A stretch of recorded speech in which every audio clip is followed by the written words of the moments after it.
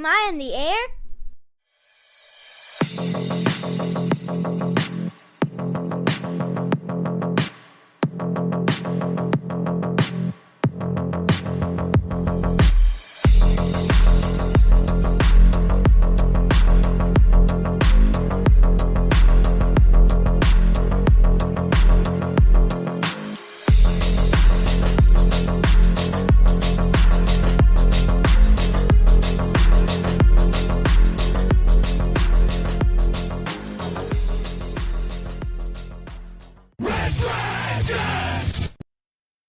Well, what is going down, everybody? Welcome back to another brand new edition of Am I on the Air? My name is Don Mega, and I'm your host. I'm so thankful that you're here to join me tonight to get caught up with all the latest and the greatest when it comes to entertainment news, television, movies, non-spoiler reviews.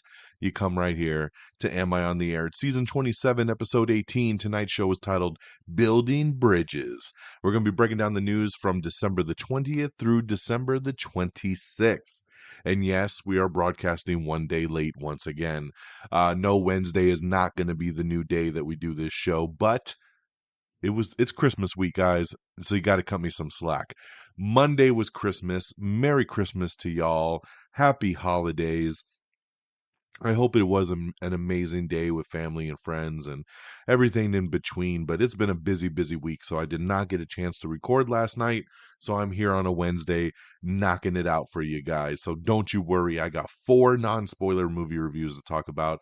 I got about 6 television shows to talk about, so I've been spending some time watching some things, and I got some things to talk about. So we're going to do it non-spoiler style right here tonight on Am I on the Air? So once again, strap on in and let's talk about it. We're going to start off with the non-spoiler movie reviews, kicking things off with the new number 1 movie in the world, and that's Aquaman and the Lost Kingdom. Now, this one here is Aquaman 2. James Wan is back to direct this movie here. Of course, Jason Momoa is back. Patrick Wilson is back as Orm. Yahya Abdul-Mateen II back as damn, what the fuck was his name? Um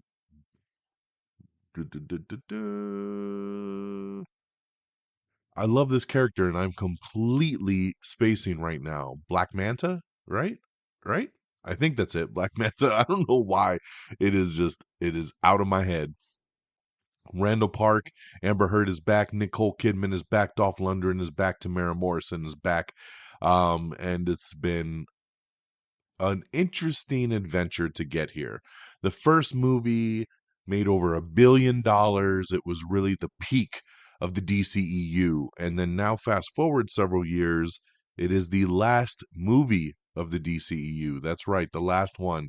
10 years, a decade in, and we're done. No more DCEU. This is the last film. We're going to take all of 2024 off, and then 2025 will bring back the kickoff to James Gunn's universe, the DCU, with the new Superman legacy. But we're here to talk about Aquaman and the Lost Kingdom. Now, this movie here, I didn't know what to expect. I liked the first movie a lot. I think it's a lot of fun.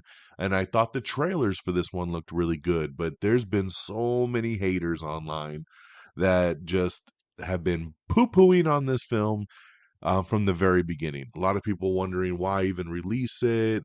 Nothing makes sense chronologically anymore. This film was not supposed to be the last film, but there's been so many shuffles and different films moved around that this one kind of, gets stuck last. There was all the Amber Heard drama. I mean, there was so much going against this film. And then there was all this word that they did some kind of like early test screenings and they bombed and people didn't like it. And then they held the embargo on this film. Like, an embargo means you can't talk about the movie. And usually embargoes lift about a week before the movie comes out. The embargo on this movie literally stayed on until the day the movie came out, which is never usually a good sign. But then I started to see mixed things. I saw some people hating, I saw some people loving, and I, as always, said, hey, I'm going to go check it out and see for myself. I went in the IMAX, and I really enjoyed it. I really, really enjoyed it. This one here, Black Manta, still driven by the need to avenge his father's death and wielding the power of the mythic Black Trident, will stop at nothing to take Aquaman down once and for all. To defeat him, Aquaman must turn to his imprisoned brother Orm, the former king of Atlantis, to forge an unlikely alliance in order to save the world from its destruction. This one here, like I said, we looked at this one like a buddy cop kind of movie, right? Like, and that's how James Wan's kind of described this one as, you got Arthur, you got Aquaman, and you got Orm, right? The brothers that don't like each other. And really, the first movie was all about their hatred for each other. And then turning into this movie where they have to get along and fight side by side and kind of have that humor and that kind of buddy cop mentality kind of going through the film. For me, it really, really worked. I think the chemistry between Jason Momoa and Patrick Wilson was great, and they play really, really well off each other. Randall Park was really good. It was great to see. I like Amber Heard. What she does in her personal life is her personal life, but as an actress, I dig her, and I really like her as Mara. So I thought she was pretty badass every time they used her. Yaya, always good. Black Manta, is one of those characters that I think he really sinks his teeth into and has a fun time with it. And overall, that's what this movie is. It's a fun time. Is it the greatest DCEU movie? No. Is the plot kind of weak and sometimes overly silly? Sure. But are you going to have fun in this movie? I sure as hell did. I had a ton of fun with it. I thought it was funny. I thought, this is really a comic book come to life. And I saw another review of a guy that really enjoyed it, and he compared this movie to an everything bagel. He said it's kind of like an everything bagel. You have a little bit of comic book stuff, you got a little bit of adventure, you got a little bit of fantasy, you got a superhero movie, you got the kind of cartoony, campy stuff going on for it. You have the horror stuff because James Wan and the monsters and the creatures. It's got a little bit of everything for everyone. And I loved this analogy because that's exactly what this movie is. It's an everything bagel, and it just, to me, it worked. And for me, 9 times out of 10, when I go to see a movie in a theater, I want to be entertained and I want to have a fun time. And I sure as hell did with Aquaman and the Lost Kingdom. So big thumbs up for me, man. I would give this one 4 out of 5 stars. I had a blast with it. Like I said, is it the greatest? No. Is it going to win any awards? No. Did I have a good time? Yes. And that's really what it's all about. Did I have good action? Did I have a good time? And a little funny side story, about a week before the movie came out, I had talked to my daughter. My daughter's 10. And I said, do you want to go see Aquaman? And she was like, okay, fine, I'll go. And she usually goes to the superhero movies with me. And then the day of going to see Aquaman, she was like, do I have to go? I really don't want to. I don't really care anymore. I'd rather kind of stay home and play. And I was like, I already got you a ticket. You're coming to the movie with me. So she came to the movie with me. And about halfway through the movie, she leaned over and she was like, I'm really enjoying this. And I was like, oh, yeah, good, good. And then when the movie was over, she was like, I am so glad I came. I loved it. She was like, it's one of my favorite movies of the year. And I just got a big grin on my face because I love nothing more than not only for her to enjoy a comic book movie, but to see her reaction turn around when she wasn't really excited and didn't really want to go and then ended up loving it. So that was really, really cool for me, and I had a blast with it. So Aquaman, 4 out of 5 stars. My next movie, I'm going to flip over to streaming because this was a big movie for the weekend, and it's Zack Snyder's new film, Rebel Moon Part 1, A Child of Fire. Been waiting for this movie for a long, long time because I am a big Zack Snyder fan. I love pretty much every project he's ever done. And this one here is about a peaceful colony on the edge of the galaxy finds itself threatened by the armies of a tyrannical Regent Balissaurus. They dispatch Cora, a young woman with a mysterious past, to seek out warriors from neighboring planets to help them take a stand. So this is a big sci-fi epic, and basically, long story short, Zack Snyder had this story outlined as a Star Wars story. And he went to Disney and he met with them and said, hey, here's my Star Wars movie. And they were like, dude, we can't make this R-rated, crazy, violent movie. It's just not going to work for us. So he said, cool. And he took it to Netflix, and Netflix said, we'll make it. And here we are, right? Now the interesting thing with this movie, and it's almost somewhat of a cash grab to an extent. You have, like I said, this is part one, right? A Child of Fire. When Zach made this movie, it wasn't a part one and a part two. It was just Rebel Moon. As he made the film was very long. And in kind of the way he did his Justice League, right? Like if you watch the Justice League Snyder cut, there's a part one, part two, part three, part four throughout the film. And he kind of did the same thing here, right? Like he took his really long movie and he broke it into two parts and then released them, is going to release them as two separate movies. Part one, A Child of Fire, and part two, The Scar Giver.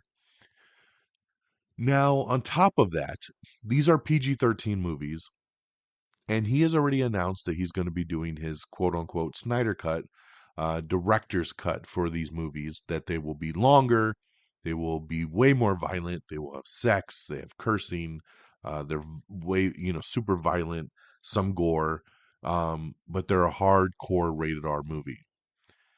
My question is, if it's a Netflix film, why are we doing it this way?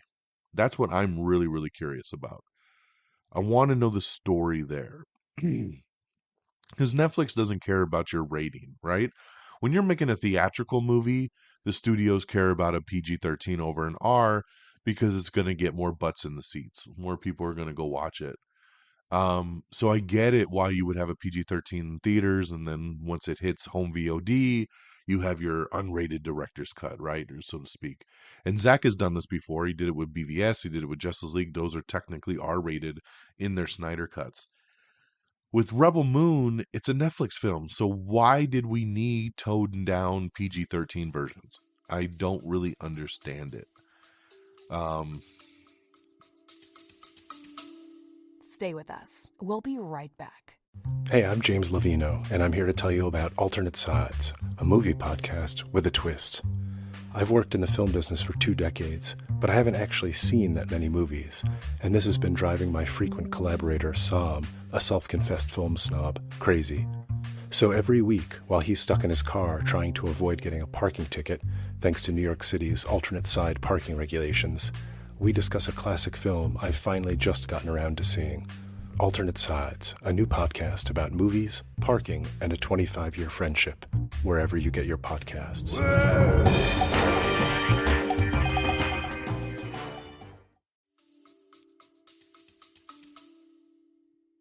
at all. Really, I've tried to explain it, I've tried to understand it for the past several days, and I don't get it because there's a big fan base out there that didn't even watch this movie because they knew the director's cut was coming out and they were like, yo, I'd rather wait a couple more months and actually see the full, longer R-rated version. And I kind of get that to an extent. Like my buddy Friggins is already thinking that way for part two. He's like, after watching part one, I'm thinking maybe I wait for the director's cut for part two before I watch it because they are a more complete story. We talked about on last week's show, Zack Snyder said he almost feels like the director's cuts are a completely different film. And that's crazy. How are we going to go into this movie thinking it's a completely different film? You know what I mean? So so I digress. This isn't really talking about the movie, but it's talking about kind of just Rebel Moon as a whole. Because yes, we have part one, the PG-13, we got part two, the PG-13, and then over the summertime, we're going to be getting these director's cuts that are probably over 3 hours. And like I said, they have more violence, sex, and language and all that kind of good stuff to it. So I know there'll be better movies, but why not lead with that, right? Like if those are the better films, and it's a Netflix thing, why not lead with it? So that's my point there. As far as Rebel Moon Part 1, A Child of Fire goes, we were very excited for this movie. In fact, if you watched any of our spoiler reviews, I have my boy Friggins and my boy Peeps always on as we do our spoiler reviews. And we decided to do a viewing party for Rebel Moon. Since it wasn't in theaters, I have the biggest TV and surround sound. So we said, you know what? Why don't we come over to my house and we'll watch it. We'll do a little viewing party. And Peeps and Friggins came over. Kiki Pat, our other buddy, came over. And we watched Rebel Moon Part 1. And for me, it was just okay. It's got a lot of good going for it, like visually stunning. The action, stunning. The planets, the story he was trying to tell, very, very cool. The flip side of that was characters I didn't really care about, a story that was over expositioned, um, way too convoluted, and just bogged down, which took me out of it several times. Um, and it's unfortunate because, like I said, I love all the Zack Snyder films, and I had super high hopes for this. This is a Zack Snyder film that I will probably, besides the director's cut when it comes out, will probably never watch this movie again. And I still liked it. I did. Um, but it had zero replay value for me at all. Um, Too sluggish, not enough good going for it. And that really hurts because this movie was set up to be a Zack Snyder Star Wars, and that's what I wanted, and I didn't really get that, to be honest. So, like I said, I'm completely open minded for the sequel. I'm completely open minded for the director's cuts, and I will be checking them out. But as far as this one goes, the PG-13 trimmed down version of Part 1 of Child of Fire, 3 out of 5. Um, and that's for my love of Zach, because it probably should be a 2 out of 5. But I'm going to go 3 just because it did have a lot going for it that I liked. Some really cool action scenes. But just not enough. I wish it had a stronger cast, if I'm being honest.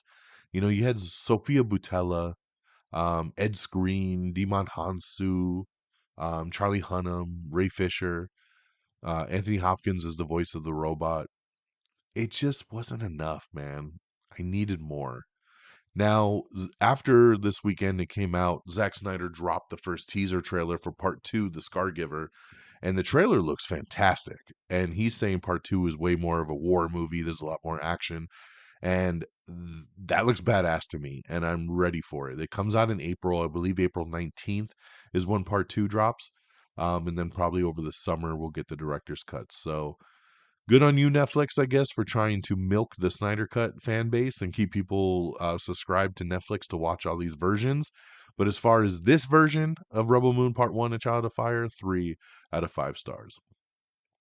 Now, I went back to the theater yesterday to, was it yesterday? Maybe it was Monday, to check out Wonka, because I did not get a chance to see Wonka on its opening weekend. Just way too busy with Christmas stuff. So went on Monday with the fam, the wife, and my daughter, and had a really good time with this one. This one here, Willy Wonka, chock full of ideas and determined to change the world one delectable bite at a time, is proof that the best things in life begin with a dream. And if you're lucky enough to meet Willy Wonka, anything is possible. So this is a prequel movie, of course, to the Gene Wilder version, where now we have Timothy Chalamet playing the younger Willy Wonka, how he gets his start, right? You have Keegan-Michael Key in here as the cop. You have Hugh Grant. You have Olivia Colman. Um, Mr. Bean is in this thing. There's a lot of other faces that'll pop up. But really, this one here is just a feel-good family comedy musical fantasy. That's really all it is. There's no heavy story here. You have some bad guys, and you have this cheesy story about these chocolatiers that don't want Willie to come in and disrupt the business and take any money out of their pocket because his chocolate is better. So he's got to find his way to get the world to understand and appreciate his chocolate. What I'll say about this movie is like I said, it's a fun time. It's a fun time. I am not the biggest Timothy Chalamet guy, but he's starting to win me over. I thought he was fantastic as Willy Wonka. Keegan-Michael Key was hilarious. Hugh Grant was hilarious as the Oompa Loompa. Um, Everybody's really funny here, and the songs are kind of catchy. I didn't realize how much of a musical this movie is. It's a real big musical. There's lots of songs, but they're all catchy and they're fun. And again, the movie's funny, and the premise is dumb, but you have a smile on your face the whole time. And this movie just worked. It worked. The whole family loved it. Everybody was clapping and cheering and having a good time. And I have to say, it was a pleasant surprise for me. I was only so on the fence about watching this movie and figured, hey, I'll watch it for the podcast, and ended up really liking it. So Wonka, big thumbs up from me, 4 out of 5 stars. Definitely check it out. And lastly, me and my daughter watched Leo the other day. This is on Netflix. It's a streaming animated movie starring Adam Sandler. That's right. He plays Leo, the main character. This one here is about a lizard. He's a jaded 74-year-old lizard named Leo who's been stuck in the same Florida classroom for decades with his terrarium mate Turtle. When he learns that he only has 1 year left to live, he plans to escape to experience life on the outside, but instead gets caught up in the problems of his anxious students, including an impossibly mean substitute teacher. So yeah, so I mean, basically, long story short, here you have a terrarium in school that has this lizard Leo in it and a turtle, and they've been friends. They've been in this terrarium for a long time. And Leo, who's 74 years old, finds out that lizards pretty much live till they're 75. So he thinks he's about to die, and he wants to escape. He wants to get out in the real world and stretch his wings for once. But instead, he ends up going home with these kids and helping them be better. And it's a really heartwarming story. And I thought Adam Sandler was an amazing voice in this. And it's got some good people, man. You got Adam Sandler, Bill Burr, Cicely Strong, Jason Alexander, Rob Schneider, Allison Strong, Joe Coy, Sadie Sandler, Sonny Sandler. There's lots of people in this one here. And like I said, it's a real sweet movie. My daughter loved it. I mean, it's one of these animated films about kids in school and learning how to deal with bullies and growing up and just all the different things that kids in their kind of preteen life go through. And I think my daughter really connected to this one, and Leo really helping them out. And he was really funny as the damn lizard, man. So we had a good time with this one. And like I said, it's streaming on Netflix right now, and it is good for the whole fam. So definitely check this one out. I would give Leo 3 out of 5 stars. It was a fun little time. So that's what we got on the movie side. Switching on over to TV, man, there's been a lot of stuff on television right now. My biggest binge in the last week was Doctor Death season 2. Now, Doctor Death is on Peacock, and it is a show that's based on true stories. And the first season was based on a doctor, and oh, I'm trying to remember what's his face. Oh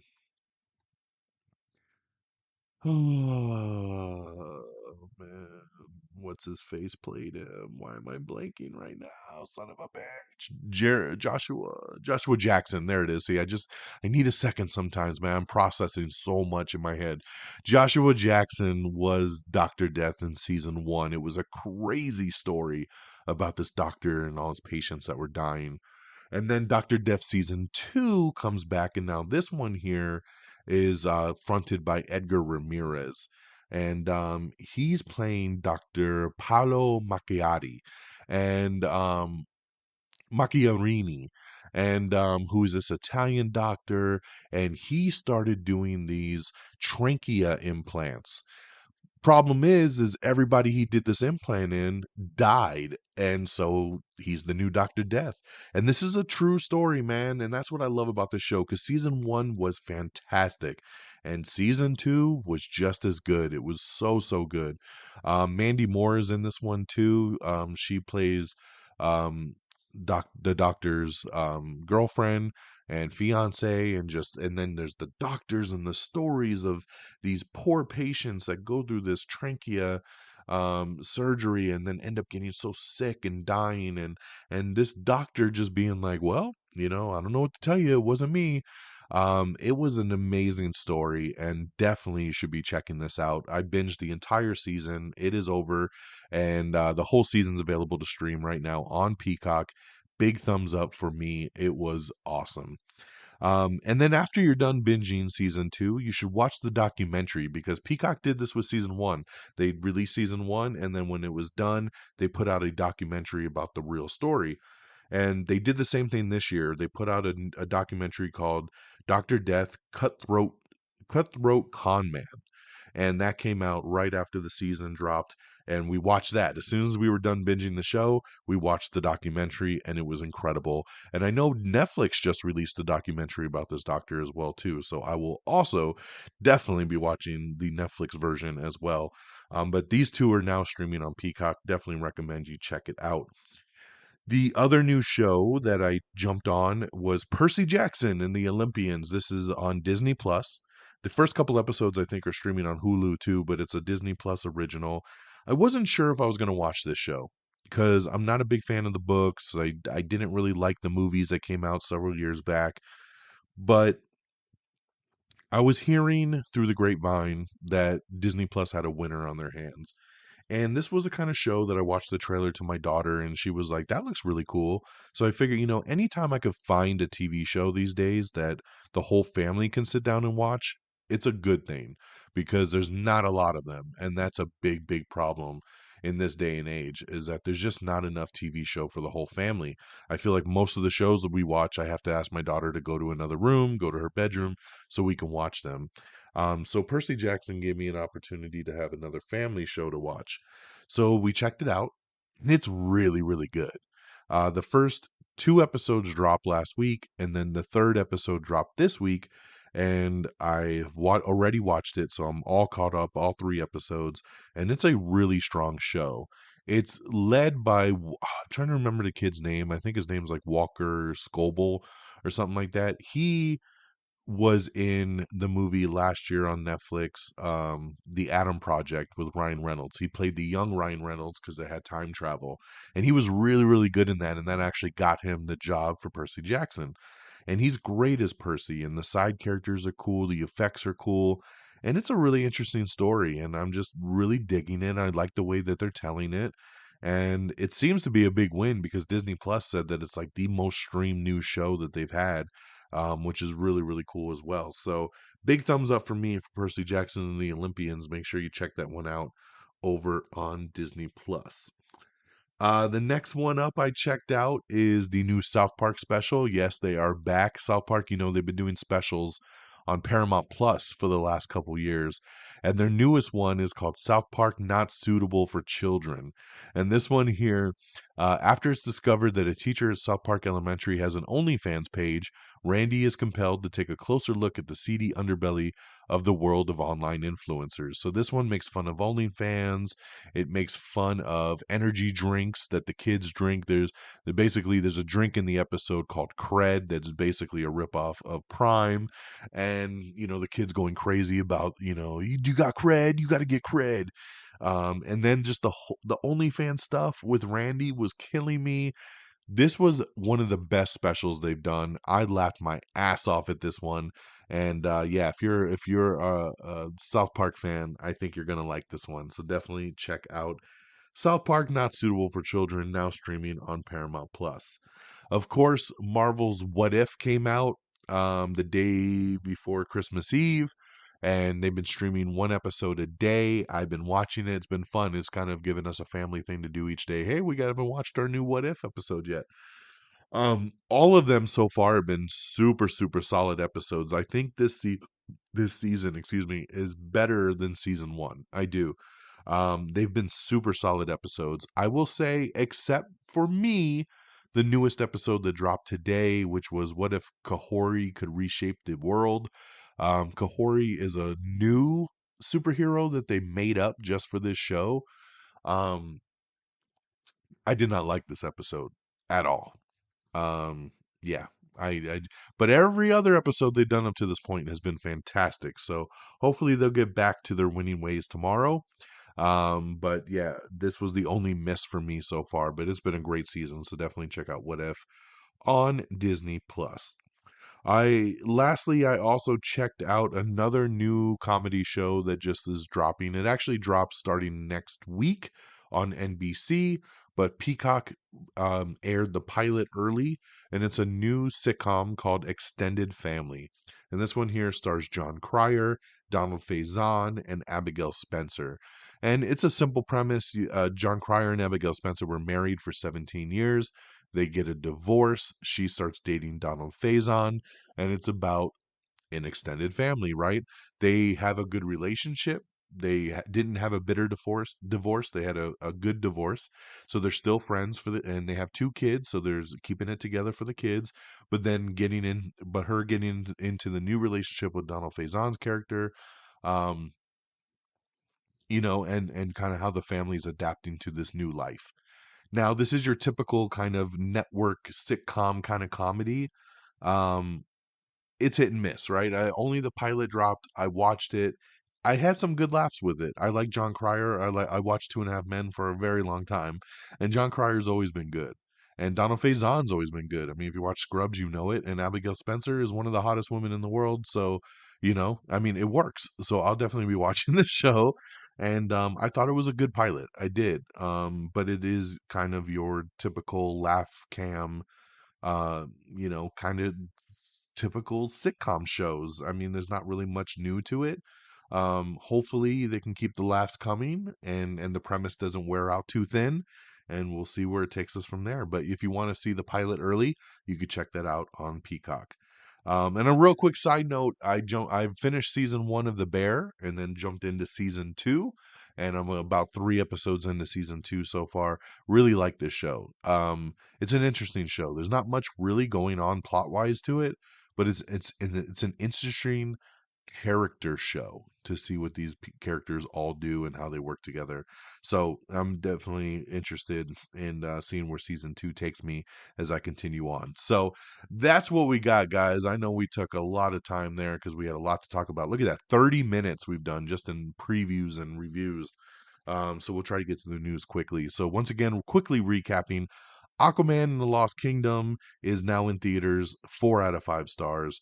Wonka is now in theaters, 4 out of 5 stars. Leo is streaming over on Netflix, 3 out of 5 stars. And Rebel Moon Part 1, A Child of Fire is streaming on Netflix, 3 out of 5 stars. Over on the TV side, check out What If on Disney Plus Season 2, Dr. Death Season 2 over on Peacock, the Dr. Death Cutthroat Con Man documentary on Peacock, South Park Not Suitable for Children on Paramount Plus, Percy Jackson and the Olympians on Disney Plus, The Bear Season 2 over on Hulu, and Extended Family will be fuck sorry, I just scratched myself. Will be available. You can watch the pilot right now on Peacock, and then the show will air on NBC and Peacock the next day. Okay, 30 minutes in. That's what we got. Lots of reviews, lots of reviews. And then we're going to talk box office. This is for the 3 days. Now, I know a lot of box office likes to report the 4 days because they're counting Christmas. I'm just going to count the normal, typical Friday, Saturday, Sunday, right, that we got. Coming in, number 10 is Poor Things. Number 9 is Godzilla Minus One.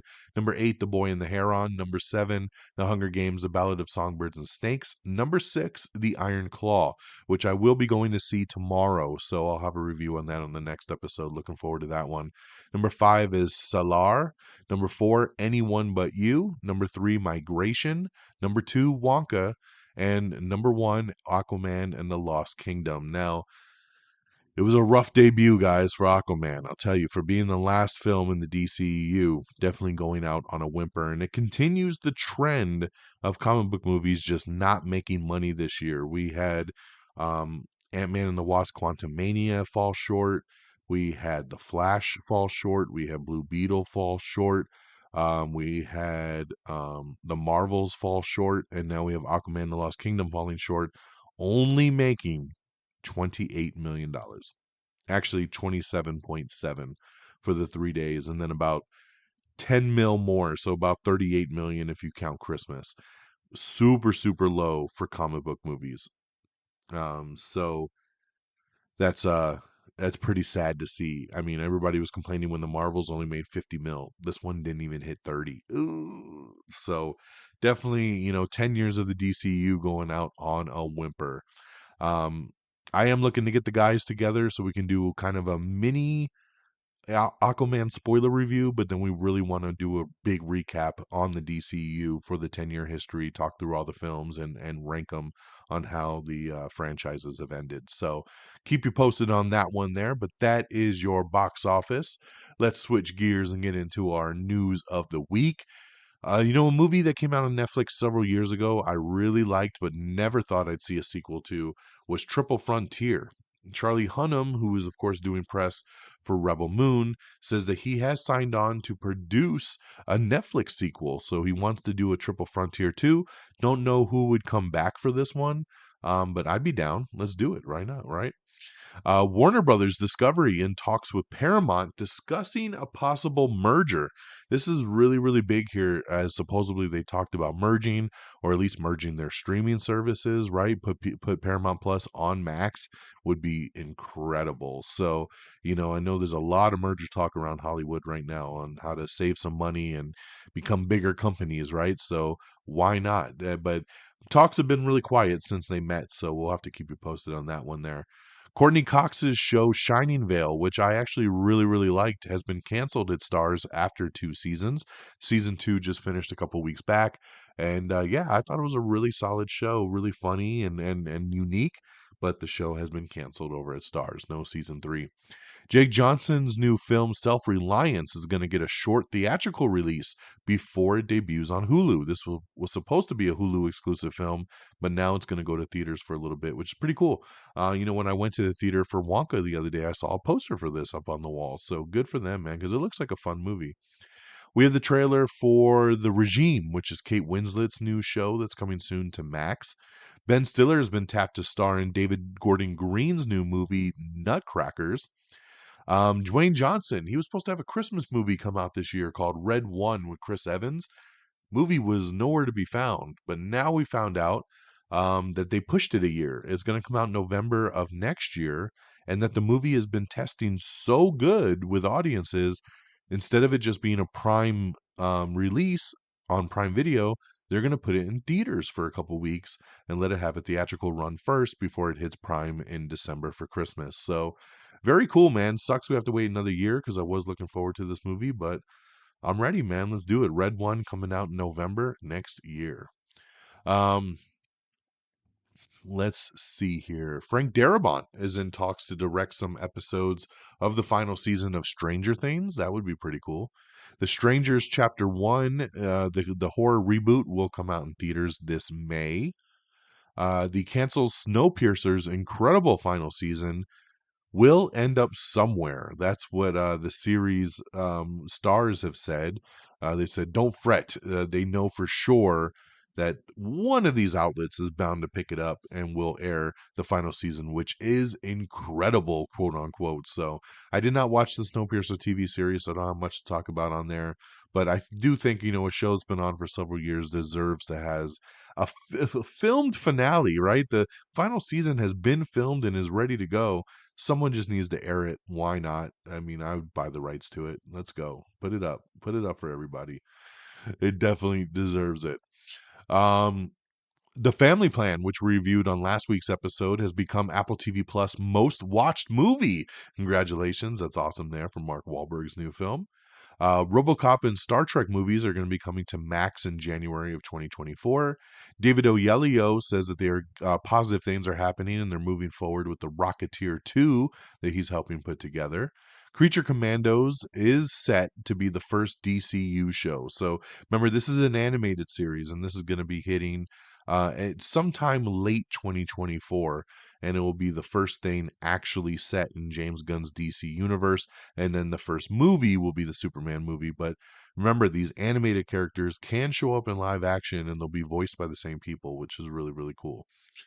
The Zatanna movie that they were going to do with Emerald Fennell, she has confirmed that the DC movie isn't happening anymore. Now that everything's been scrapped and they're starting over from scratch, no more Zatanna, at least for now. Um, let's see here. Jordan Peele's next movie has been taken off of Universal's 2024 slate. His next film was supposed to come out on Christmas of 2024, but due to the strike, they feel like everything's just kind of been pushed back at this point. Nothing super confirmed, and there is a chance it could find its way back onto the calendar, but as of right now, it's been removed. The Gilded Age has officially been ordered for a season 3 over on HBO. Video games based on movies from James Wan, Sam Raimi, and more are in the works. PlayStation and Warner Brothers have reached an agreement to not pull the Discovery shows that people have purchased.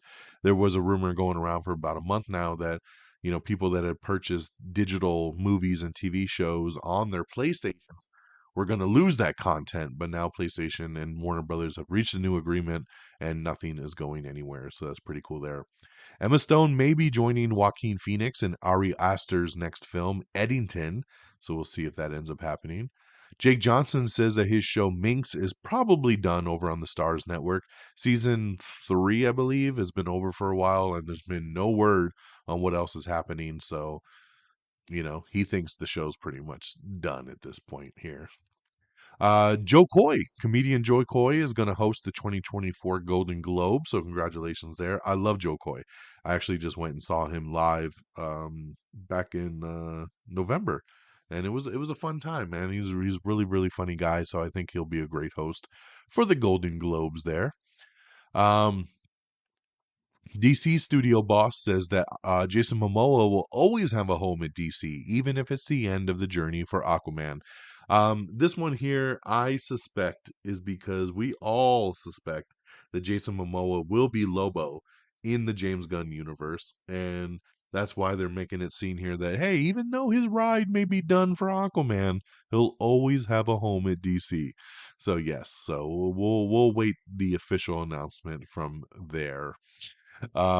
We have an article talking about the DC Extended Universe, right? 10 years, 16 movies, some wins, some losses. It's officially come to an end with Aquaman and the Lost Kingdom. Kind of do a little wrap up there. Roadhouse remake starring Jake Gyllenhaal has been set for a spring 2024 release date. Marana Baccarin says that the film Deadpool 3 reinvents Vanessa and Wade's relationship. I'm just so glad that she's back for Deadpool 3. There was a concern there for a while that she wasn't going to be back, and that's pretty cool there. NBC's Las Vegas is set to stream for the very first time, is going to be coming to Peacock. I'm excited about this. I love the show Las Vegas. This is where Josh Duhamel got his start, and so many hot girls on this show. So many. And it was such a show ahead of its time, man. I love this show. And the late, great James Caan leading this one up. So I'm excited it's coming to Peacock. I'll definitely probably re-binge this one when it hits Peacock, I believe, next month. Director Christopher Landon, who had just signed on a couple months ago to take over the Scream franchise, he was going to do Scream 7.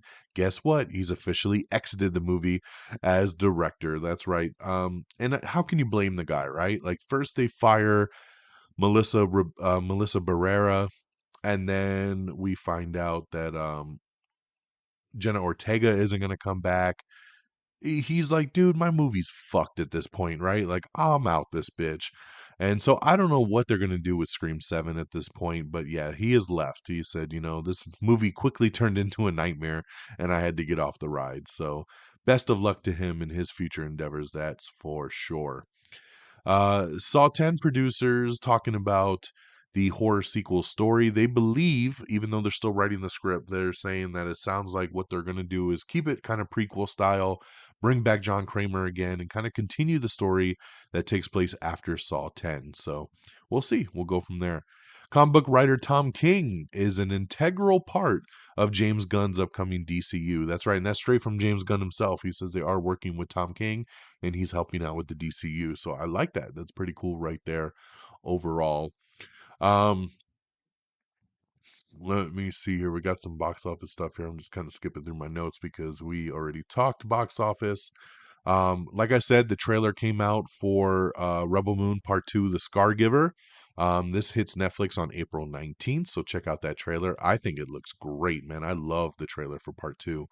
Big congratulations to The Color Purple. You didn't hear me talk about The Color Purple on our box office because this movie didn't come out till Christmas, but it made $18 million on Christmas Day. It was the largest Christmas Day opening for a film since 2009 and the second biggest Christmas Day opening of all time. So congratulations, man. I didn't think at all that this movie would make a dent at the box office, and boy, did it prove me wrong. $18 million. They made more in its debut day than Aquaman did. So congratulations to The Color Purple. It's killing it and will probably be the number one movie for the weekend. Got some new images for The Joker 2, so definitely check that out. Rebel Moon is the number one movie on Netflix worldwide, and got a little video that we posted up with Zack Snyder kind of just thanking everybody for making it the number one movie. Dave Chappelle has a new special that's surprisingly going to drop on Netflix here on December 31st. It's called The Dreamer, so keep your eyes out for that. We do have a trailer for it as well that you want to check out. Bridgerton returns on May 16th over on Netflix. Percy Jackson's and the Olympians, the premiere episode drew in 13.3 million views, a streaming record for Disney branded television. So, congratulations there. Because, yeah, Percy is a straight Disney thing. So, it's not Star Wars, it's not Marvel. So, it's its own thing and setting records, which is pretty cool. The Chosen season 4 is set for a theatrical premiere, and the CW plans are to be determined. But you could check out the trailer right now for that. Let me see here. Do do do do do do do do do do do. Sorry, skipping through some stuff. Holidays. Um, yeah, we talked about all that. Everything else is just box office notes because there's a lot of new movies at the box office right now. You have the Sydney Sweeney, Glenn Powell movie, Anyone But You. You can check that out. Migration for the Kids, which is the new animated film from Illumination and Universal. The Iron Claw, which is the true wrestling drama from A24 based on the Von Erich family. So definitely check that out. Like I said, I'm going to be checking that out tomorrow. You got The Color Purple, you got Aquaman. So there's a lot of stuff at the box office right now. So make sure you go check it all out. But on that note, my friends, that is the end of our show. So not a ton of news. We had a ton of reviews. So we're hitting right about that 45-minute mark.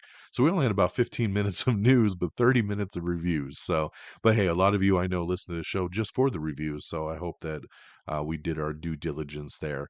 All right, guys, let's wrap this baby up and get on out of here. I know you're all busy this week. AmIOnTheAir.com is the official webpage. Make sure you bookmark it and stay tuned to all of that goodness. It's got all our links to everything there. If you want to find a one-stop shop, AmIOnTheAir.com. Make sure you like us on Facebook at Facebook.com/AmIOnTheAir. Make sure you follow us on X, formerly known as Twitter, at AmIOnTheAir, or myself at DXDonMega. Same tags over on Threads for those of you that have switched over to using Threads. You can subscribe to the podcast on Apple Podcasts or Spotify, iHeartRadio, Pandora, Amazon Music. We're on everything, Google Podcast. So make sure you subscribe wherever you like to listen to podcasts. Give us a thumbs up, 5-star review, whatever you like to help out the show. You can always donate to the show as well on the show notes.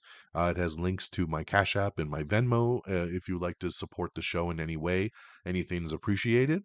Make sure you follow us on all the socials, TikTok, Instagram, YouTube, just simply at Am I on the Air. Thank you to our great affiliates at Red Dragons Radio and the Pop Culture Pros. Follow on Twitter at Red Dragons Radio and popculture_pros, okay? RedDragonsRadio.com as well. Thank you so much for always streaming our show on demand. And that'll do it for me on this Wednesday, December the 28th. No, 27th. Sorry. December the 27th. This month is going by so damn fast. It's been so busy, and there's so much more work to be done. But I'm excited to go see the Iron Claw tomorrow, and we'll talk about it on next week's show.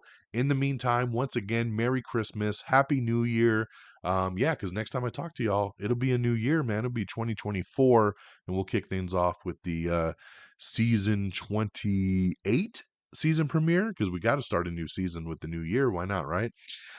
So till then, be safe, happy holidays, Merry Christmas, and Happy New Year. Take care of yourselves and each other. And until next time, y'all, or till next year, y'all. Ha ha. Dad joke. Peace. Red Dragon!